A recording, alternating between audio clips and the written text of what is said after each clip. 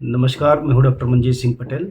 जैसा कि आप सभी साथी जानते हैं कि भारत सरकार ने 24 जनवरी को यूनिफ़ाइड पेंशन स्कीम का गज़ट लॉन्च किया था और उस गज़ट में बहुत सारी एनोमलीज़ थी जिसको लेकर के हम सब ने विरोध भी किया था।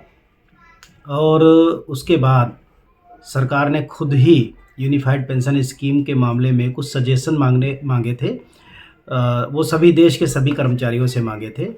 तो उसमें यूनिफ़ाइड पेंशन स्कीम के पूरे गज़ट को पढ़ने के बाद, क्योंकि पूरे गज़ट को पढ़ना, क्योंकि जो भारत सरकार ने जो गज़ट जारी किया था वो तो बहुत ज़्यादा बड़ा नहीं था, लेकिन उसके बाद जब पीएफआरडीए का जो कमेंट्स आया था, मतलब गज़ट का पूरा डिटेल, तो उसको पढ़ने के बाद जो चीज़ें समझ में आई उनको लेकर के हमने माननीय कैबिनेट सेक्रेटरी जो कि टीवी सोमनाथन साहब हैं, और उनको हमने एक अपना डिमांड पत्र दिया है कि यूनिफ़ाइड पेंशन स्कीम में क्या एनोमलीज़ हैं और कहाँ-कहाँ वो टेक्निकली जस्टिफाइड नहीं है। तो उनको वैसे तो हमने इसमें 5 डिमांड को रखा हुआ है कि कहाँ-कहाँ पर तर्कसंगत रूप से यूनिफ़ाइड पेंशन स्कीम जस्टिफाइड नहीं है, और जो कर्मचारियों की ओल्ड पेंशन स्कीम की डिमांड है उसको ये कैसे फुलफ़िल नहीं करती।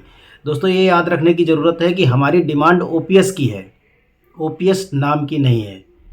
यूपीएस में ओपीएस की कौन-सी चीज़ कमी रह गई है, या एनपीएस में ओपीएस का कौन-सा प्रावधान हमें नहीं मिल रहा है, जैसा कि पहले मिलता था, उस पर हमारा फ़ोकस है। तो इसमें हमने 3-4 जो मेन बिंदु हैं उनको आज आप लोगों के साथ शेयर कर रहा हूँ। पहला बिंदु यही है कि भारत सरकार ने कहा है कि जो 50% पेंशन को उन्होंने 25 साल की नौकरी के आधार पर दिया है, मतलब जिसकी 25 साल की नौकरी हो जाएगी उसको 50% पेंशन देने का प्रावधान होगा। अंतिम 12 महीनों की जो एवरेज बेसिक सैलरी होगी उसका जो है 50% वो देंगे। तो चूँकि ये कंट्रीब्यूटरी पेंशन स्कीम है, ये कोई सर्विस बेस्ड पेंशन स्कीम नहीं है। सबसे जो पहला हमने पॉइंट रखा है कि जब आपने कंट्रीब्यूटरी या कॉर्पस बेस्ड पेंशन रखा है तो इसका मतलब ये है कि जिस आदमी ने 25 साल की नौकरी पूरी कर ली उसको 50% पेंशन का प्रावधान मिल गया, राइट मिल गया। तो अब जो 25 साल से ज़्यादा की जो नौकरी करेगा, क्योंकि सरकार वहाँ भी अपना कंट्रीब्यूशन दे रही है 18.5%, भले ही 10 कर्मचारी का वहाँ भी कंट्रीब्यूशन जा रहा है 10%, उसको उसके बराबर सरकार अपना 10% मिला रही है, और जो 8.5% है वो पूल कॉर्पस में जमा कर रही है सरकार। तो कुल मिलाकर के कर्मचारी का 10% और सरकार का 18.5%। तो हमने उसमें एक डिमांड ये की है कि जिनकी लंबी नौकरी है 25 साल से ज़्यादा, अगर मान लीजिए कोई 30 या 32 साल की नौकरी करने के बाद रिटायर होता है, तो हमने ये कहा कि 50% उसे पेंशन दीजिए, प्लस 25 साल के बाद वाला जितना भी कंट्रीब्यूशन है, यानी 26वें साल से जितना भी कंट्रीब्यूशन, चाहे वो एम्प्लॉई का हो, चाहे वो सरकार का हो, चाहे वो पूल कॉर्पस वाला हो, ये सारा का सारा ब्याज सहित एम्प्लॉई को वापस दिया जाना चाहिए। दूसरा जो इसमें हमने पॉइंट दिया है वो ये है कि सरकार ने ये कहा है कि अगर कोई किसी व्यक्ति को नौकरी से निकाल दिया जाएगा तो उस केस में कोई उसको बेनिफिट नहीं दिया जाएगा। इसको भी हमने डिनाई किया है कि जब उसको नौकरी से, चाहे वो नौकरी छोड़ रहा हो, चाहे उसको नौकरी से निकाला जा रहा हो, हर स्थिति में चूँकि उसकी जो सैलरी से अंशदान काटा वो तो आप वैसे ही नहीं छीन सकते, और पेंशन आप दे नहीं रहे हो चूँकि डिसमिसल के केस में, रिमूवल के केस में। तो हमने वहाँ पर डिमांड की है पॉइंट नंबर 2 में कि इंडिविजुअल कॉर्पस में जितना भी है, यानी 10% गवर्नमेंट का, 10% एम्प्लॉई का, इसके अलावा तो बाकी जो पैसा रहेगा वो पूल कॉर्पस में रहेगा। पूल कॉर्पस के बारे में पहले से प्रावधान है कि वो सरकार के कंट्रोल में रहेगा। तो जो इंडिविजुअल कॉर्पस में है, यानी सरकार का 10% प्लस एम्प्लॉई का 10%, वो ब्याज सहित हर हालत में एम्प्लॉई को दे दिया जाए जो कि नौकरी छोड़ रहा है, यानी कि 25 साल से पहले अगर नौकरी छोड़ रहा है तो उसको दे दिया जाना चाहिए, या किसी आदमी को किसी आरोप के चलते नौकरी से हटाया जा रहा है तो ऐसी स्थितियों में उनका पैसा वापस कर दिया जाना चाहिए विद गवर्नमेंट कंट्रीब्यूशन। दूसरा पॉइंट ये था हमारा। तीसरा मतलब जो है हमने ये पॉइंट रखा था कि भैया एक तो आप ये बात बताओ कि जब भी सैलरी मिल रही है किसी कर्मचारी को, उसमें से वो 10% काट के एनपीएस में जमा कर रहा है, वो कंपलसरी है। अगर वो इनकम टैक्स के दायरे में आ रहा है तो आप उसके उस 10% हिस्से पर भी टैक्स ले रहे हो पहले से ही। जबकि रिटायरमेंट पर उस पैसे को सरकार हड़प ले रही है। यानी आपने दो तरफा वार किया। एक तो उस पैसे पर आपने इनकम टैक्स ले लिया और फिर उस पूरे कंट्रीब्यूशन को सरकार वापस ले रही है, भले ही वो लमसम के अमाउंट के रूप में कुछ पैसा हमें दे रही है। तो हमने उस पर यह कहा है कि जो कर्मचारी की सैलरी है, कोई भी कर्मचारी हो, चाहे ग्रुप 1 से लेकर के लेवल 1 से लेकर के लेवल 18 तक के सभी कर्मचारियों के लिए, हर कर्मचारी की जो सैलरी है इनकम टैक्स के लिए केवल 90% सैलरी को काउंट करना चाहिए। 10% सैलरी पहले डिडक्ट करा दीजिए, क्योंकि वो एनपीएस में चली जाती है।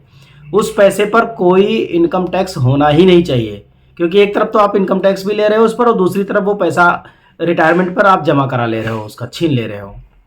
तो हमारा तीसरा पॉइंट ये था। चौथा जो हमारा पॉइंट था वो लमसम अमाउंट को लेकर के है। उन्होंने जो कहा है कि 1/10 हर छमाही पर, मतलब last basic salary plus dearness allowance को जोड़ करके जितना अंतिम सैलरी बनता है उसका 10वां हिस्सा निकाल लीजिए और जितने साल नौकरी की है उसके दुगने से उसको मल्टीप्लाई कर दीजिए। तो इससे हमने कहा कि इसके अलावा अगर 25 साल से ज़्यादा की नौकरी है तो वो सारा पैसा दीजिए, और इस केस में भी जहाँ तक कि उसकी 25 साल के अंदर नौकरी है, एम्प्लॉई का कंट्रीब्यूशन पूरा ब्याज सहित उसको वापस किया जाना चाहिए। ये हमारा चौथा डिमांड है। पांचवा जो हमारा जो डिमांड है कि it is provided that in case of retirees who will opt UPS running pension through annuity will not be stopped. क्योंकि जो लोग रिटायर हो चुके हैं, हमारे पास ऐसे सैकड़ों लोगों के फ़ोन आए थे जो ग्रामीण डाक सेवक थे, वो रिटायर हो गए, उनको 4-4, 5-5 साल हो चुका है, एनपीएस में रिटायर हुए, उनको 2,000-3,000 रुपये की पेंशन मिल रही है। अब सरकार ने यूनिफाइड पेंशन स्कीम में ये व्यवस्था की है कि अगर वो यूपीएस को ऑप्ट करेंगे तो उन्हें बैकडेट से पेंशन तो मिलेगी, लेकिन जो पेंशन 2,000-3,000 की चल रही है एनपीएस में वो बंद नहीं होगी। तो इसका मतलब ये हुआ कि जो जितनी एडिशनल पेंशन बनी, मान लीजिए किसी को 3,000 पेंशन मिल रही है एनपीएस में और उसे 15,000 की पेंशन मिलनी चाहिए, तो 12,000 रुपये की भारत सरकार अलग से पेंशन देगी और 3,000 रुपये की पेंशन वो एज इट इज चलती रहेगी। तो हमने 5वें पॉइंट में ये डिमांड की है कि उस 3,000 रुपये वाली पेंशन को कम्प्लीटली बंद कर दिया जाए। वो सरकार का पैसा, सरकार जाने, हमें उससे लेना देना नहीं है। हमें केवल सरकार से जो हमें पेंशन मिलती है, जो पीपीएएन नंबर जारी होता है, उस नंबर के थ्रू हमें ट्रेजरी से पेंशन चाहिए। 2 पेंशन नहीं चाहिए, एक पेंशन हो, टाइम से आए। ऐसा नहीं कि एक पेंशन नहीं आई तो उसके लिए कर्मचारी परेशान है, रिटायरी परेशान है। तो इसको हमने बंद करने की सरकार से गुजारिश की है। तो ये 5 बिंदु जो हैं बहुत इम्पॉर्टेंट हैं, क्योंकि यही 5 बिंदु ओल्ड पेंशन स्कीम को परिभाषित करते हैं।